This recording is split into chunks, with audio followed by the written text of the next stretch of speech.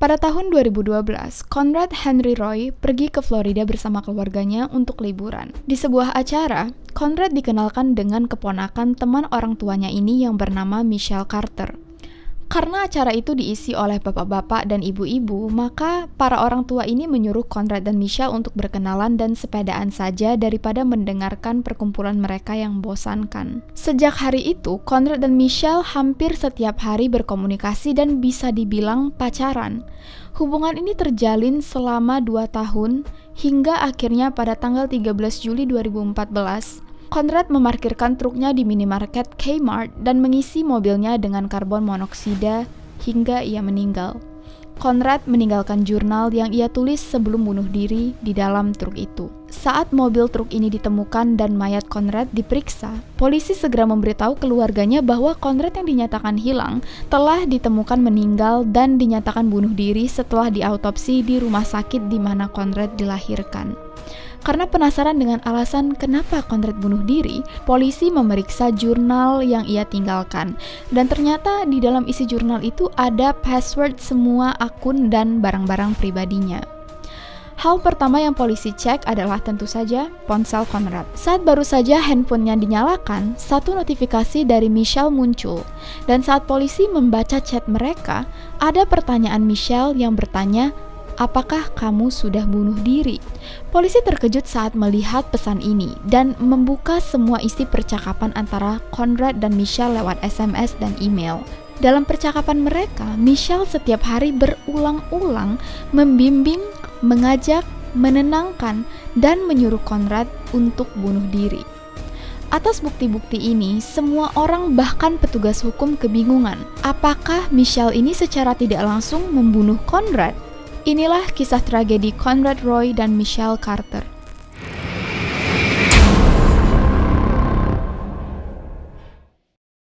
Tiga tahun setelah kematian Conrad, akhirnya persidangan untuk memutuskan apakah Michelle bertanggung jawab atas kematian Conrad atau tidak, akhirnya dilangsungkan. Dan disinilah detail kejadian akan dibahas satu persatu. Conrad lahir pada tahun 1995 di Mattapoisett, Massachusetts. Saat baru masuk SMA, orang tuanya memutuskan untuk bercerai dan Conrad mulai depresi dan gugup berada di kerumunan orang-orang. Menurut kedua orang tuanya, mereka tidak tahu bahwa perceraian mereka sangat mempengaruhi Conrad dan mereka sangat berusaha untuk membantu Conrad pulih dengan membawa Conrad ke dokter, psikiater, minum obat, bahkan terapi. 1 bulan sebelum Conrad bunuh diri, ia merekam dirinya sendiri dan ngomong ke kamera kalau dia mau sembuh. Dan di sini dia bilang bahwa dia pengen bahagia lagi. Sebenarnya Conrad sudah melakukan 4 kali percobaan bunuh diri, namun selalu gagal. Masa kecil Conrad ini juga keras. Ayahnya sering melakukan kekerasan fisik, bahkan pernah Conrad mengirim fotonya yang babak belur ke Michelle dan mengatakan bahwa ayahnya lah yang memukulinya.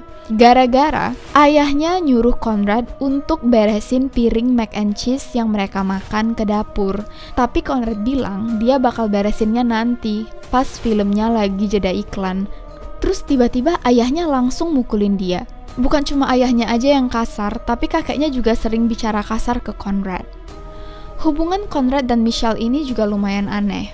Mereka komunikasi lewat ponsel terus-menerus selama 2 tahun, jarang banget ketemu, mungkin cuma sekali 2 kali. Meskipun memang tinggal di kota yang beda, tapi kalau ditempuh dengan mobil cuma berjarak 1 jam. Dan dua-duanya sama-sama punya SIM mobil. Seolah-olah mereka memang ingin membuat hubungan ini cukup sebatas jarak jauh aja dan saling merahasiakan satu sama lain ke keluarga mereka. Bahkan Conrad pernah bilang ke Michelle, dia nggak nganggep mereka pacaran. Tapi dia juga sering bilang I love you dan kamu pacar terbaik di dunia. Jadi hubungan mereka ini memang kayak kurang jelas. Conrad beberapa kali takut untuk bunuh diri, tapi Michelle terus-terusan bertanya, kenapa takut? Langsung bunuh diri aja. Pokoknya Michelle ini juga maksa Conrad untuk bunuh diri. Jadi waktu Conrad mulai merasa lemas menghirup karbon monoksida, ia sempat keluar dari mobil, telepon Michelle selama 50 menit dan bilang, Michelle, aku ragu, aku gak mau ngelakuin ini, aku gak jadi bunuh diri. Michelle yang dengar bahwa Conrad takut, bilang ke Conrad untuk masuk lagi ke dalam mobil dan lanjut untuk bunuh diri. Jadilah Conrad akhirnya masuk lagi ke dalam mobil dan lalu benar-benar meninggal.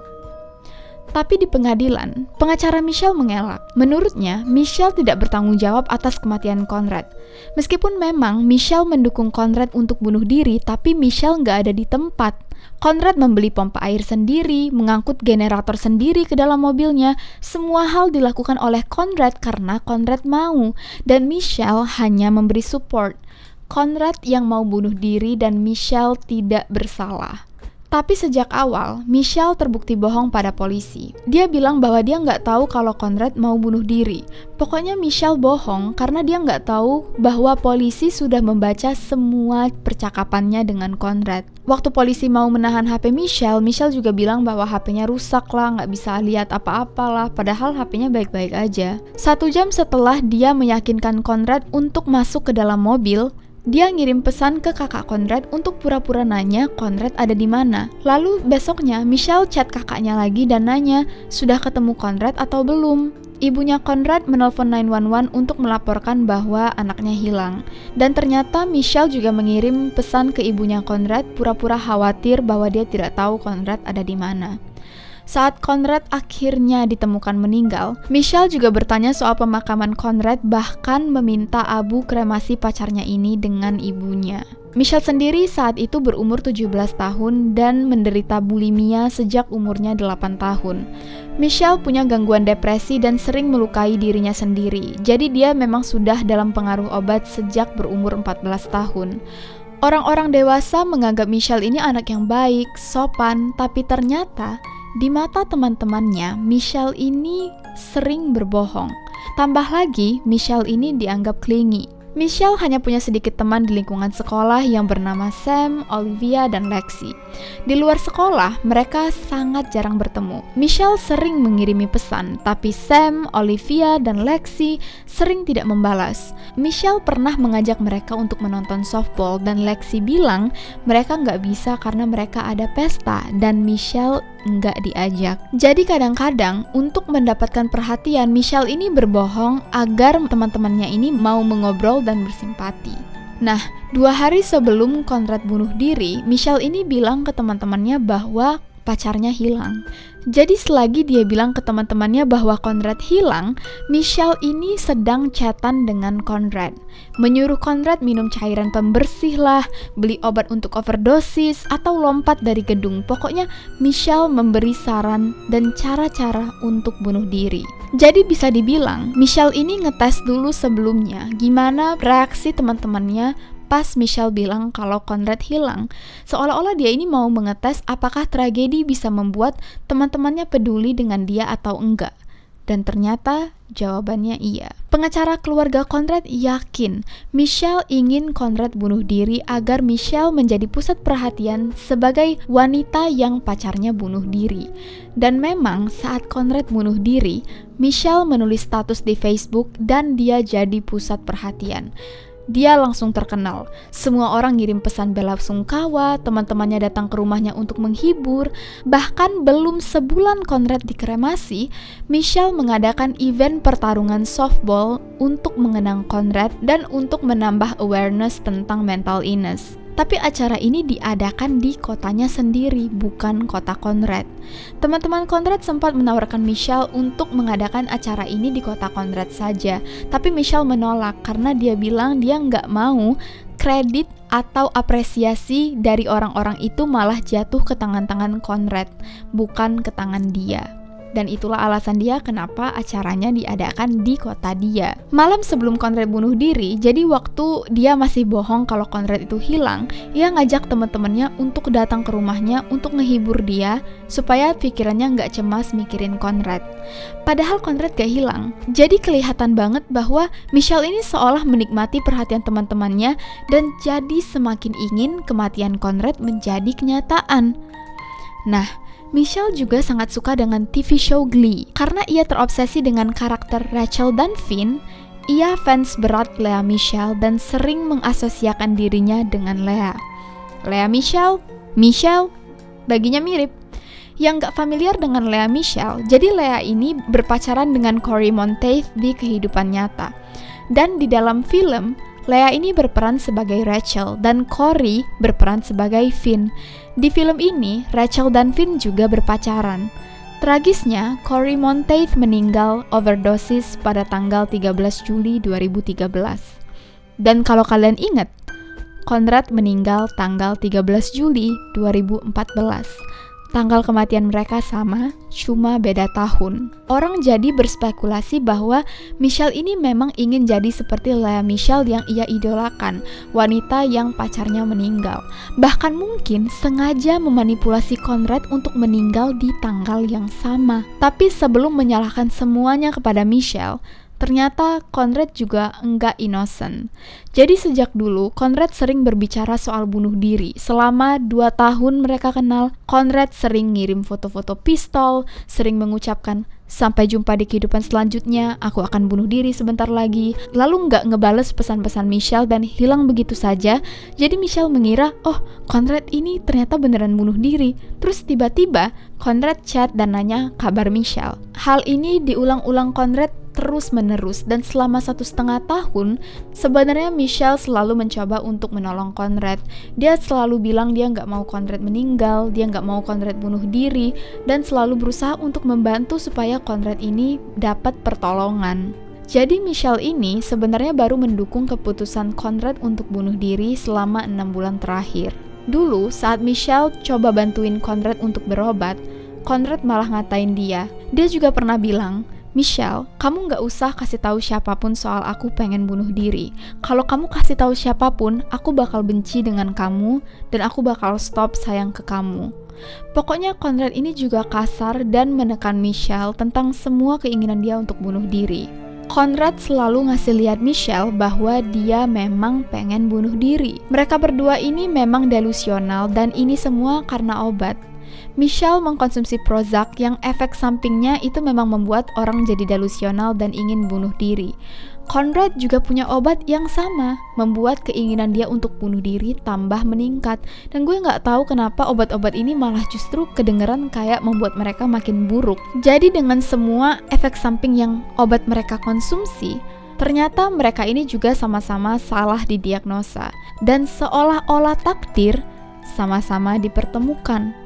Hubungan mereka ini bisa kita lihat sangat toksik dan mereka saling memanipulasi satu sama lain. Conrad mencoba untuk memanfaatkan Michelle untuk bantu dia bunuh diri selama 2 tahun. Dan Michelle menggunakan Conrad untuk mencari perhatian orang-orang. Karena Michelle nggak punya perhatian dari orang lain, Michelle ini juga sangat clingy dengan Conrad. Sedihnya, mereka ini sebenarnya nggak tahu bahwa masing-masing itu punya delusi. Michelle nggak tahu bahwa Conrad ini ada masalah kejiwaan dan Conrad lebih nggak tahu lagi kalau Michelle ini juga punya latar belakang suka nyakitin diri sendiri. Karena balik lagi, hubungan mereka ini cuma sebatas pesan, email, dan obrolan telepon. Jadi hal yang nggak polisi tahu itu cuma apa yang mereka omongin di telepon.